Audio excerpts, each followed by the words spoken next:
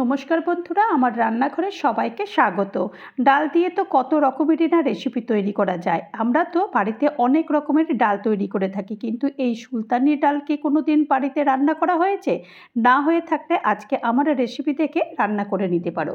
তো প্রথমেই আমি এখানে ছোলার ডাল নিয়েছি। ছোলার ডাল এখানে হাফ কাপ নিয়েছি। হাফ কাপ ছোলার ডাল নিয়ে তারপরে এটাকে ভালো করে 2-3 বার জল দিয়ে ধুয়ে রেখে দিয়েছি।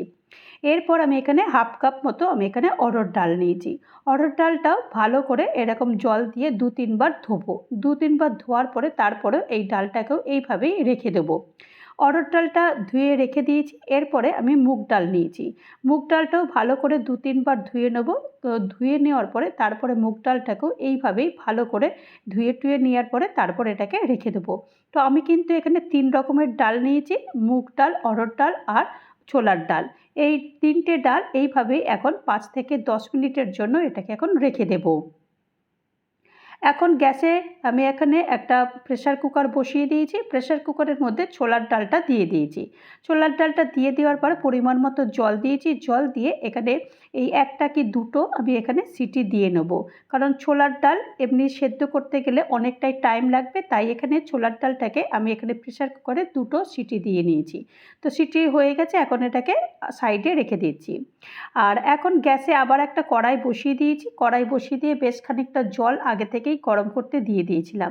দিয়ে দেওয়ার পরে যে অড়হর ডালটা আর মুগ ডালটা আমি ভিজিয়ে রেখে দিয়েছিলাম, সেই অড়হর ডাল আর মুগ ডাল একসঙ্গে এটাকে সেদ্ধ করতে দেবো। তো এই ডালটা আর 2টো ডাল আমি প্রেসার কুকারে দিইনি, কারণ এই 2টো ডাল যদি প্রেসার কুকারে দিতাম একদম কিন্তু গলে যেত। সেই কারণে এই 2টো ডাল আমি আলাদা করে এটাকে সেদ্ধ করব। আর ছোলার ডালটা তোমরা দেখলে যে ওটা আমি আগে থেকেই 2টো সিটি দিয়ে নিয়েছি। তো 2টো সিটি দিয়ে ওটাকে ওইভাবেই সেদ্ধ করতে হবে। তোমরা চাইলে একসঙ্গেও এটাকে সেদ্ধ করতে পারো। তো দেখো, আমি ঢাকনা খুলে দিয়েছি। ঢাকনা খুলে দেখছি যে এই মুগ ডাল আর অড়হর ডাল মোটামুটি সেদ্ধ হয়ে গেছে। এর থেকে বেশি সেদ্ধ করব না, এর থেকে বেশি সেদ্ধ করলে ডালটা খেতে ভালো লাগবে না। গ্যাসে কড়াই বসিয়ে দিয়েছি আর এখানে 1 চামচ মতো আমি এখানে ঘি দিয়েছি আর 1 চামচ আমি সাদা তেল দিয়েছি।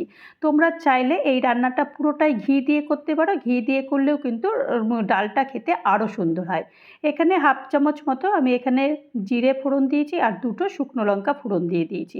ফোড়নটা একটু নেড়ে চেড়ে এখানে একটা পেঁয়াজ আমি কুচি কুচি করে এরকম কেটে নিয়েছি। পেঁয়াজটা প্রথমে একটু হালকা ভেজে নেব। পেঁয়াজটা যতক্ষণ পর্যন্ত না পেঁয়াজটা একটু ভালো ভাজা হয়, অর্থাৎ গোলাপি রঙের না হয়, ততক্ষণ পর্যন্ত পেঁয়াজটা একটু ভেজে নিয়েছি। পেঁয়াজ ভাজার পর তারপরে এখানে একটা বড় দেখে টমেটো দিয়েছি, স্বাদ মতো নুন দিয়েছি আর হাফ চামচ হলুদের গুঁড়ো দিয়েছি। দিয়ে দেওয়ার পর তারপরে এটাকে ভালো করে এটা নেড়ে চেড়ে দিচ্ছি, যাতে করে টমেটো আর পেঁয়াজ আরও একটু বেশি ভালো করে এটা নরম হয়ে যায়। কারণ নুনটা দিয়েছি, নুনটা দেওয়াতেই পেঁয়াজটা আর টমেটোটা খুব তাড়াতাড়ি নরম হয়ে যাবে। তো দেখো, পেঁয়াজ টমেটো কিন্তু বেশ খুব তাড়াতাড়ি নরম হয়ে গেছে। আর এখন এখানে 1 চামচ এখানে আদা বাটা দিয়েছি আর হাফ চামচ এখানে রসুন বাটা দিয়েছি। আদা রসুন আরেকবার ভালো করে এটাকে মশলার সঙ্গে মিশিয়ে দিতে হবে। নেড়ে চেড়ে দিয়েছি, মশলা মিশে গেছে। আর এখানে হাফ চামচ আমি লাল লঙ্কার গুঁড়ো দিয়েছি, 1 চামচ কাশ্মীরি লাল লঙ্কার গুঁড়ো দিয়ে আর সামান্য একটু জল দিয়ে মশলাটা আরেকবার কষিয়ে নিতে হবে। মশলাটা এখন এইভাবে কষানোর পর এখানে হাফ কাপ মতো এখানে আমি ধনেপাতার কুচি নিয়েছি। ধনেপাতার কুচিটাও এইভাবেই দিয়ে দেওয়ার পরে এটাকেও ভালো করে মেশাতে হবে। ধনেপাতাটা দিয়ে দেওয়ার পরে ভালো করে মেশানো হয়ে গেছে। মেশানোর পরে তারপরে এখানে আমি যে ডালগুলো সেদ্ধ করে রেখেছিলাম সেই ডাল আমি পুরোটাই দিয়ে দেব। তো প্রথমেই আমি এখানে যে অড়হর ডাল আর মুগের ডাল একসঙ্গে সেদ্ধ করে রেখেছিলাম সেই ডালটা আমি এখন দিয়ে দিচ্ছি। আর এই যে ছোলার ডালটা আগে থেকে সেদ্ধ করেছিলাম সেই ছোলার ডালটাও দিয়ে দিয়েছি। 3টে ডালই আমি একভাবে এখানে পুরো দিয়ে দিয়েছি। তো দিয়ে দেওয়ার পরে এটাকে ভালো করে মেশাতে হবে, যাতে করে এই মশলার মধ্যে ডাল পুরোপুরি একদম মিশে যায়। কারণ ভালো করে না মেশালে ডালের আসল স্বাদটা একদমই পাওয়া যাবে না। তো সেই কারণে এটাকে ভালো করে এটাকে মেশাতে হবে। মেশানোর পর তারপরে এখানে 1 বাটি আমি দুধ দিয়ে দিয়েছি। দুধটা কিন্তু আমার রুম টেম্পারেচারের দুধ।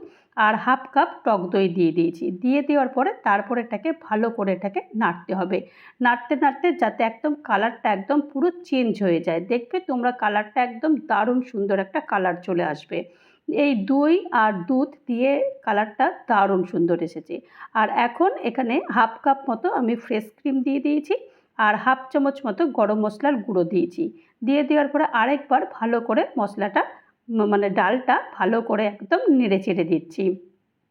দেখে মনে হচ্ছে না কত সুন্দর এই ডালটা হয়েছে। আর সবশেষে এই 1 চামচ আমি ঘি দিয়ে দিয়েছি। দিয়ে তারপরে ঢাকনাটা বন্ধ করে দেবো এই 2 মিনিটের জন্য। গ্যাস কিন্তু আমি অফ করে দিয়েছি।